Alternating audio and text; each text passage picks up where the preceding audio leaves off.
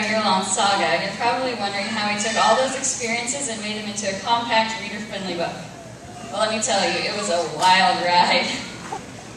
In our early brainstorming days, we had many ideas. They were all over the map, but we were clueless on how to take those and make them into a message with a coherent fashion.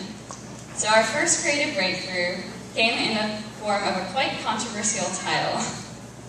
In an effort to express our shock and concern at the injustice that we saw in the world, our first gripping title was, brace yourself for this, What the Hell?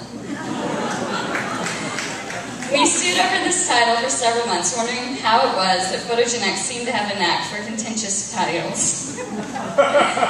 But through much debate, prayer, and of course outside influence, we finally realized that our true message was not the in-your-face shock of injustice, but instead the daily call to action of here and now. Thus the title, Act Here, Love Now, was birthed.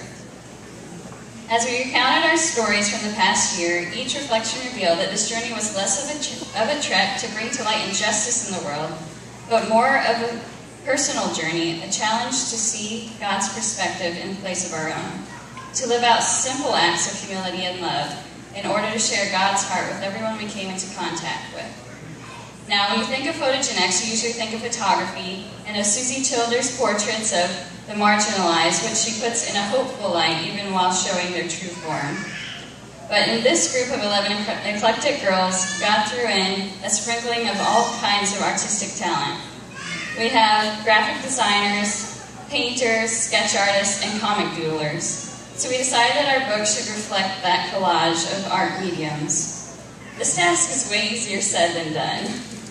The first draft of our book looked like an overcrowded, schizophrenic map of our journey, which is in reality how we felt at the time.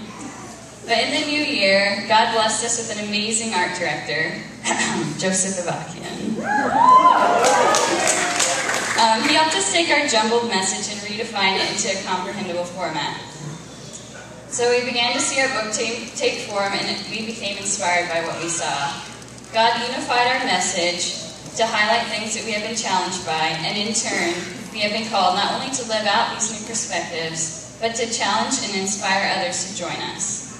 The message of our book is simple. It's a very basic message of the Bible, found in Micah 6:8. He has shown you, O man, what is good, and what does the Lord require of you? To act justly, to love mercy, and to walk humbly with your God. Act Here, Love Now is a call to everyone, Christian and non-Christian alike, to view their friends, their family, their neighbors, and even their enemies in a new light. It's a call to redefine perspectives, to look past the differences that draw us apart, and to act in love. Ultimately, it's a call to give up your self-proclaimed rights and take on the humility of God's heart.